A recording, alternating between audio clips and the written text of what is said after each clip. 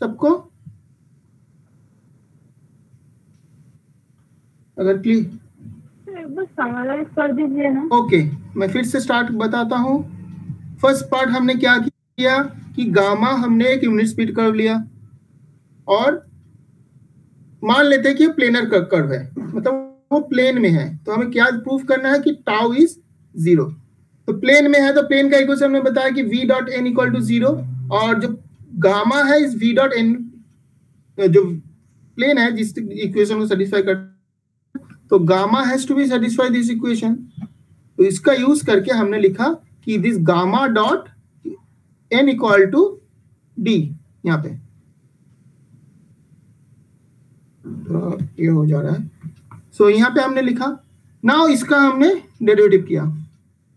First derivative gamma dot N, N constant है तो constant की तरह है, अगर D is a scalar number और रियल नंबर है तो इसकी डेरिवेटिव 0 होगी। तो गामा डॉट हमारा टी है, तो T dot N equal to 0, तो T dot 0 means T is perpendicular to N.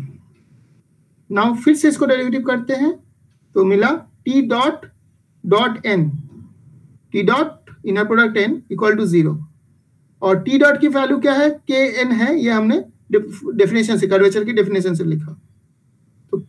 तो इससे क्या मिला, K is a scalar number, so this N dot N equal to 0 means this N is also perpendicular to n and t is also perpendicular to n. So जिस capital n vector जो हमने शुरू में लिया था, इसको हम unit vector choose कर सकते हैं अपने हिसाब से। सो इस यूनिट वेक्टर के परपेंडिकुलर है दोनों t और n। सो t और n जो है दोनों उसके परपेंडिकुलर है, यहाँ पे मैंने लिखा है। तो n की वैल्यू क्या होगी, तो n के पास एक ही ऑप्शन है, n का डायरेक्शन क्या होगा, दोनों से परपेंडिकुलर कौन सा ऑप्शन है, b। n और b जो है आपस में पैरेलल होगा, लेकिन n को हमने यूनिट वेक्टर माना है, तो n की वैल्यू क्या होगी, आइदर प्लस b और माइनस b। तो हमारे पास बाइनॉर्मल की वैल्यू मिलेगा। बाइनॉर्मल की वैल्यू क्या है, जो एक n है, तो इसको इससे हम ये भी लिख सकते हैं कि बाइनॉर्मल की वैल्यू जो है आइदर n है और -1 है, -n है। तो अब आप लोग इसको, तो ये कांस्टेंट वेक्टर लेके चला था, कांस्टेंट यूनिट वेक्टर, तो इसकी आप डेरिवेटिव करोगे तो क्या होगा, 0 हो जाएगा। तो b डॉट इक्वल टू 0 हो गया। तो b डॉट इक्वल टू 0 जब मिल गया तो हमने फ्रेने फॉर्मूला का यूज किया कि हमारे पास ये इक्वेशन दिया हुआ था b dot equal to minus tau n। तो यहाँ पे b डॉट की वैल्यू 0 रख देंगे आप लोग, तो आपको मिल गया minus tau n equal to 0। ठीक है, तो यहाँ से टाउ जो आपका टाउ है ये 0 होगा, क्यों, क्योंकि ये जो n वेक्टर है ये तो यूनिट वेक्टर था, नॉन जीरो वेक्टर था। तो आपका ये मिल गया कि torsion is equal to 0। This is the whole summary. Sir binormal 0 नहीं, बाइनॉर्मल कांस्टेंट है ना। हाँ बाइनॉर्मल का डेरिवेटिव सर। हाँ, तो बाइनॉर्मल कांस्टेंट है ना। n क्या था, n क्या लेके चले थे हम लोग, unit vector, constant unit vector लेके चले थे। तो कांस्टेंट की डेरिवेटिव क्या होती है, ओके।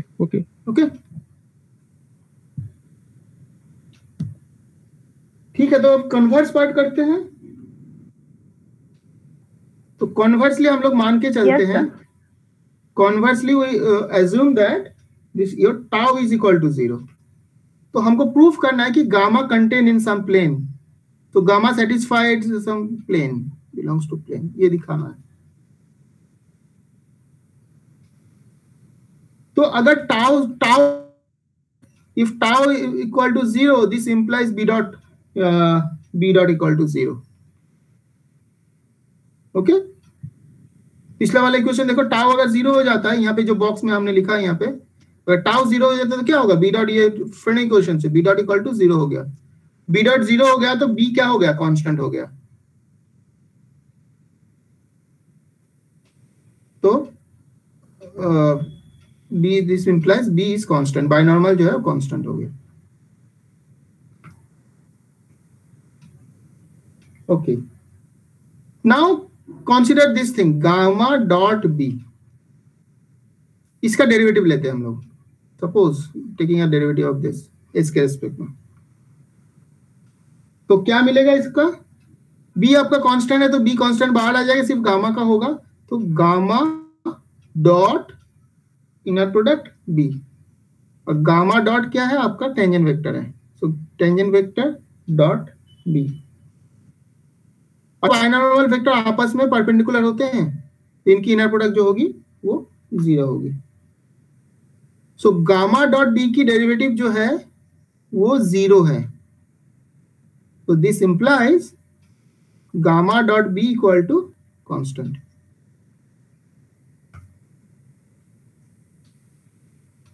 तो हो गया proof.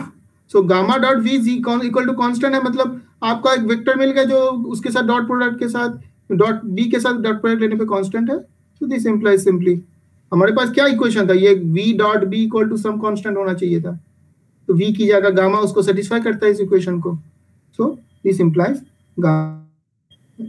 Gamma is contain in a plane. इस converse part it easy.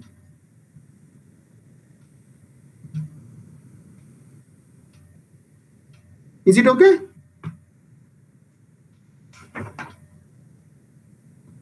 Yes, sir. Sir. Okay. Now,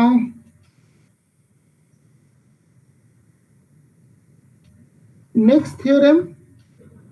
This is page number 51, proposition 2.3.5. 2.3.5, page number 51. It says that let gamma be a unit speed curve. Gamma be unit speed. Gamma be unit speed in R3 with constant curvature. With constant curvature and zero torsion. Zero torsion. Then gamma is a circle. Parameter is a circle. So if gamma is a unit speed curve in R3 and is with constant curvature, curvature जो है उसका constant है, in that case we say this is a part of a circle.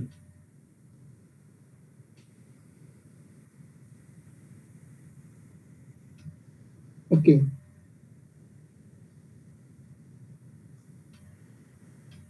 To synthesize the binomial B is a constant vector, gamma is contained in a plane. तो हमने क्या लेके चला है कि टॉर्शन जो है इसका 0 है। सो आप पिछले वाले प्रूफ में देखो, अगर किसी कर्व का गामा का टॉर्शन अगर 0 है, मतलब tau is equal to 0, then you have B dot equal to 0। This implies B equal to constant. अभी मैं हमने प्रूफ किया पिछले वाले में अभी प्रूफ किया है कि अगर टाउ इक्वल टू 0 है तो B dot equal to 0 which implies B is constant. So gamma जो है हमारा एक प्लेन कर्व होगा, इतना तो क्लियर है। तो टॉर्शन 0 है तो प्लेन कर्व होगा।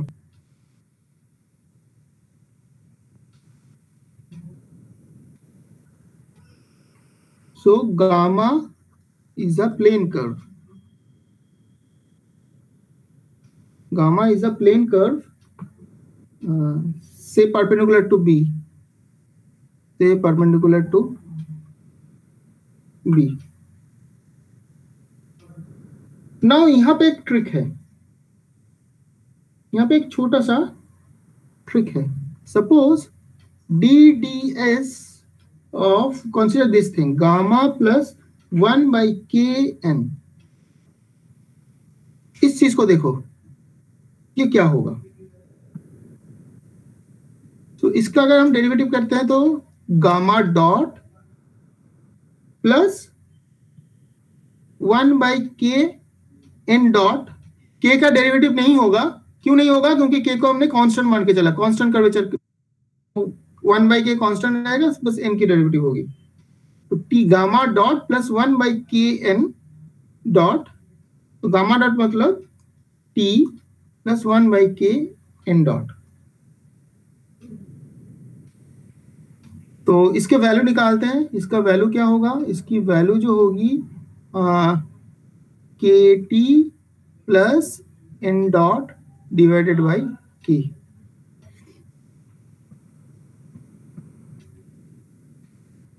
अब जो ऊपर वाला टर्म है आप चेक करो कि this is zero, actually this whole thing is actually zero. पूछोगे क्यों? आप अगर फ्रेने फॉर्मूला का सेकेंड वाला इक्वेशन देखते हो तो उसमें दिया हुआ है, देखो कि एन डॉट जो है, n dot is equal to minus k T plus tau b. This is the formula from Frenet formula से हम ले रहे हैं सेकेंड इक्वेशन। और टाउ यहाँ पे क्या दिया गया आपका? Torsion given is zero, torsion is zero, so this term becomes zero, this tau is zero, this becomes zero, so n dot equal to minus kt, so kt plus n dot becomes a zero, so this is a zero, so dts of gamma plus 1 by kn equal to zero। ये मिल गया आपको।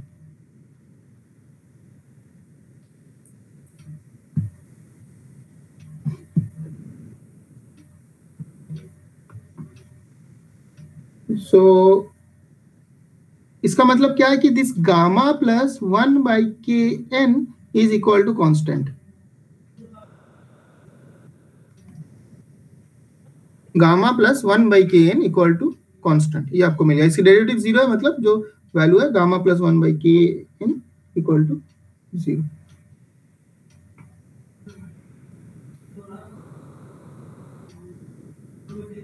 तो इस constant की value मान लेते हैं कुछ समथिंग लाइक ए।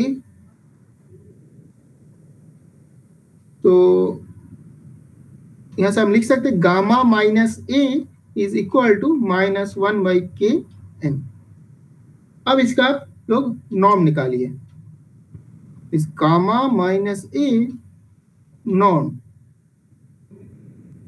इसकी वैल्यू क्या होगी? Minus 1 by K N, this is norm. So this 1 by k is a scalar, so it comes out this 1 by k norm of n। n क्या था? यूनिट नॉर्मल वेक्टर था, तो this norm is equal to 1, so this becomes 1 by k। so आपको एक equation मिल गया, you are getting a equation gamma minus a norm is equal to 1 by k। then what can you say about gamma? Gamma के बारे में आप लोग क्या कह सकते हो?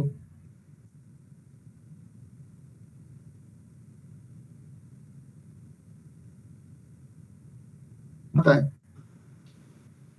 तो समथिंग इज मूविंग, ये ए वेक्टर है, ए वेक्टर के साथ गामा का जो डिस्टेंस है हमेशा 1 बाई के रहता है, तो this becomes a equation of a circle. This distance is 1 by k and gamma is this, any point on the gamma like this। so gamma lies on a sphere। sphere नहीं कह सकते कि actually torsion zero है तो circle ही कह सकते हैं, तो गामा इज अ सर्कल। कुछ लॉजिक, दो तीन लाइन का लॉजिक यहाँ पे और दिया हुआ है, इसको आप लोग समझने की कोशिश करिए। तो मेन चीजें हमने बता दिया है। तो अगर उसका किसी भी कर्व का अगर वो कांस्टेंट कर्वेचर का होता है और उसकी टॉर्शन जो है सर्कल,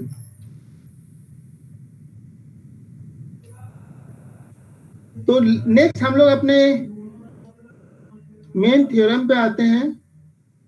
तो हम आप लोगों को हिंट इसका दे रहे हैं, हो सकता है उसको पूरा खत्म ना कर पाए, तो फिर स्टेटमेंट क्लियर हो जाए, उसके लिए आपको हो सकता है आप लोगों को एक आध एक्सरसाइज की जरूरत पड़े। तो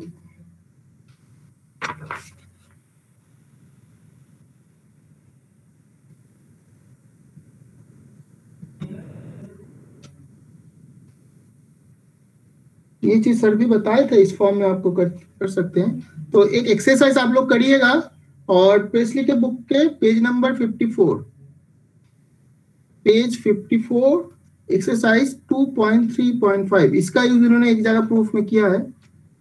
this exercise says that suppose P be an n cross n orthogonal matrix and A belongs to Rn। P is an orthogonal matrix, ON R लिख सकते हैं।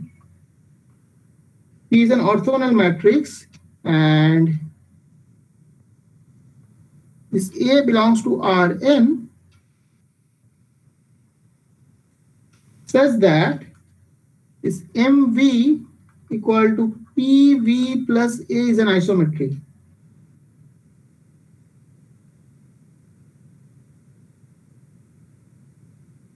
क्या होगा? रिजिड मोशन भी कह सकते हो, आइसोमेट्री की जगह आप इसको रिजिड मोशन भी कह सकते हो इस केस में। तो ये कहता है कि अगर if gamma is unit speed, if gamma is unit speed, gamma जो कर्व है आपका यूनिट स्पीड है, देन द कैपिटल गामा जो एम गामा है ये भी यूनिट स्पीड होगा, इज ऑल्सो यूनिट स्पीड।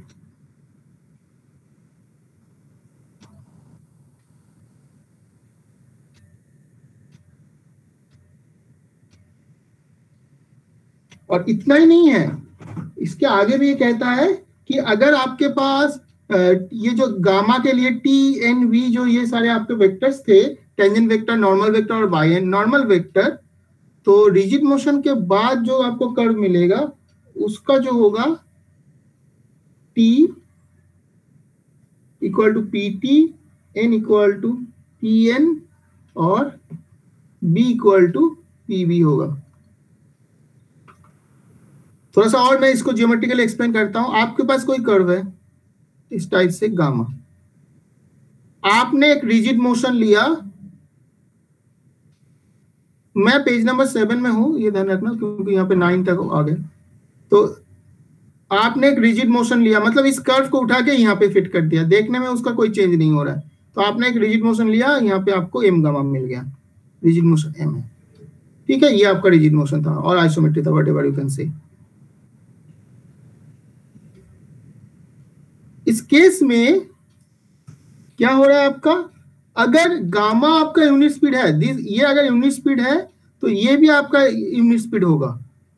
और सिर्फ यही नहीं, आपका जो यहाँ पे जो टी और एन और बी ये तीनों वेक्टर बने हुए थे, तो इनका अब इमेज लो वाया एम, तो जो मिलेगा वही होगा आपका। यहाँ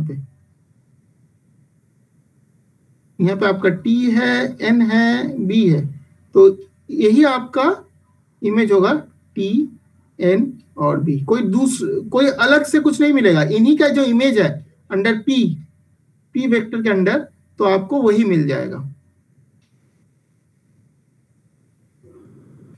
दिस इज अ स्टेटमेंट। अब आप पूछोगे कि हम ये प्रूफ क्यों कर रहे हैं, प्रूफ नहीं कराएंगे, मतलब एज एक्सरसाइज है।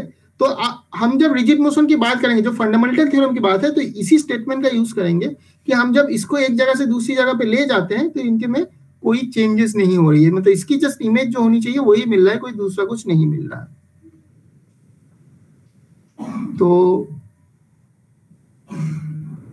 I am now page number 8। तो अब ये एक्सरसाइज आप लोग करिएगा, बुक के पीछे सॉल्यूशन भी दिया हुआ है, अगर आप लोगों से नहीं होता है तो सॉल्यूशन चेक कर सकते हैं, समझ सकते हैं। तो मेन थियरम के बता रहा हूं, हो सकता है नेक्स्ट क्लास में, अभी तो उतना टाइम नहीं है,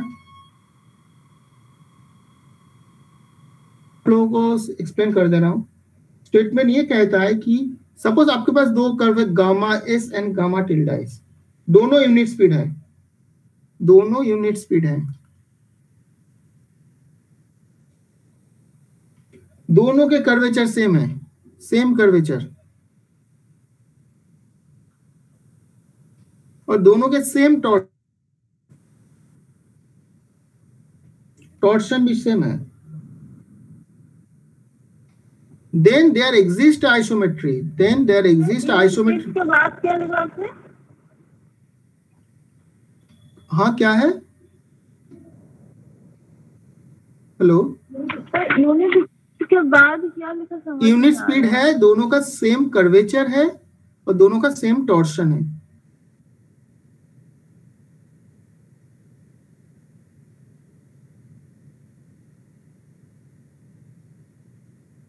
कर्व है दोनों के, ये गामा है, ये गामा टिल्डा है, दिस इज गामा है, दिस इज गामा टिल्डा है। सो इसका अगर टॉर्शन टॉर्शन है और कर्वेचर के है, तो इसका भी टॉर्शन टाउ है, कर्वेचर के है, कोई दूसरा कुछ नहीं है। Then there exist an isometry M of R3 of R3 कि आप दोनों को एक दूसरे को रिजिड मोशन बना सकते हो, एक दूसरे को खींच के दूसरी जगह पे ले सकते हो, गामा टिल्डा है गामा एस।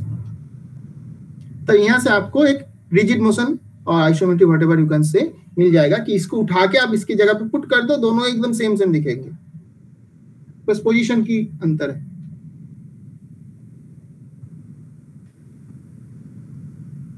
ठीक है। फर्दर अगर आपके पास के और टी दो स्मूथ फंक्शंस हैं, के टी दो स्मूथ फंक्शंस है विथ दिस के सॉरी टी टी टी लिए हैं विथ यहाँ पे के नॉट के इज ग्रेटर देन 0, तो there exist a unit speed curve, उस कर्वेचर इस के, उसका कर्वेचर के मिल जाएगा, आपका टॉर्सन टी मिल जाएगा। मेन बात यही है कि अगर आपका दो कर्व है जो एक दूसरे से रिजिड मोशन से रिलेटेड है, एक दूसरे का रिजिड मोशन है या आइसोमेट्रिक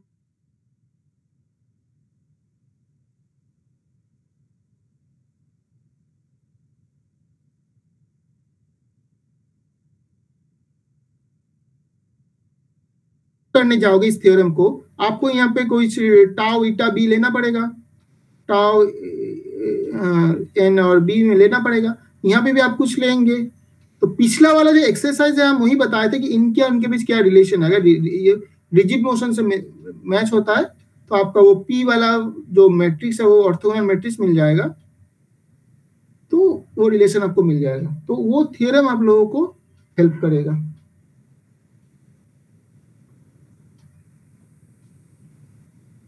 तो ये चीजें हैं। अभी इसका प्रूफ तो काफी लंबा है, आप लोग पेज नंबर 50 इसको ट्राई भी कर सकते हो, पेज नंबर 52 में दिया हुआ है इसका प्रूफ, पेज नंबर 50।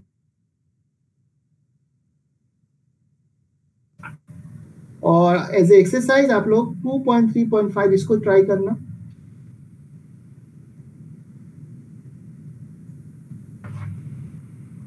अभी तक का कोई डाउट है? हेलो?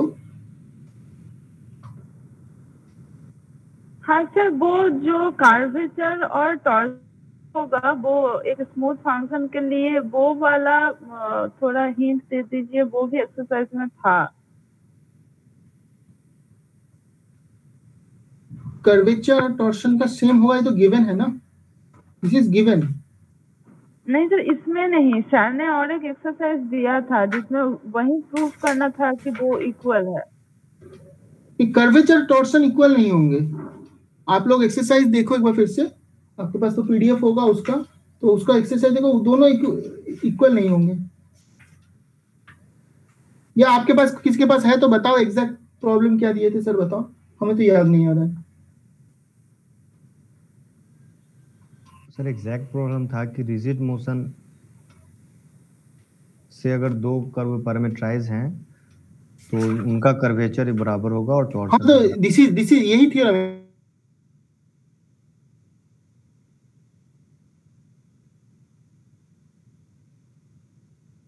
कन्वर्स भी ट्रू है। अगर आपके पास दो का आप रिजिड मोशन करते हो तो उसका कर्वेचर और टॉर्शन से चेंज नहीं होंगे, तो दोनों साइड से सेम है। And this is the fundamental theorem, this is called fundamental theorem, यही सर बताए थे। तो उसी का मैंने भी इसका प्रूफ अभी नहीं करवाया क्योंकि अभी ये प्रूफ थोड़ा लंबा है, इतना टाइम हम लोगों के पास है नहीं। तो फंडामेंटल थ्योरम है, तो मुझे लगता है ये लगभग पूरा तो करेंगे। कम से कम आपको स्टेटमेंट क्लियर होना चाहिए, स्टेटमेंट क्या बताता है, और उसके लिए जिस एक्सरसाइज की जरूरत होगी उसके भी मैंने बताया कि 2.3.5 जो पेज नंबर 54 पे दिया हुआ है उसको आप लोग करो, और उसका सोल्यूशन बुक के पीछे दिया हुआ है। आप लोग सबके पास तो सॉफ्ट कॉपी है ही। और कोई doubt?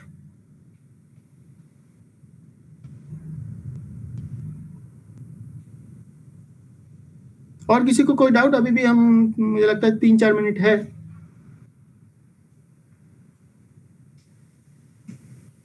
Hello?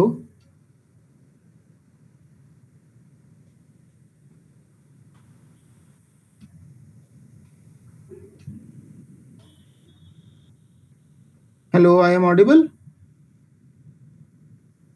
Yes sir, yes sir. ठीक है, आपको लगता है फिर किसी को डाउट नहीं है तो आप लोगों को मैं ये पीडीएफ दे दूंगा, आप लोग इसको करो। हो सकता है कि सर अभी कौन एंट्री कर रहा है? अच्छा,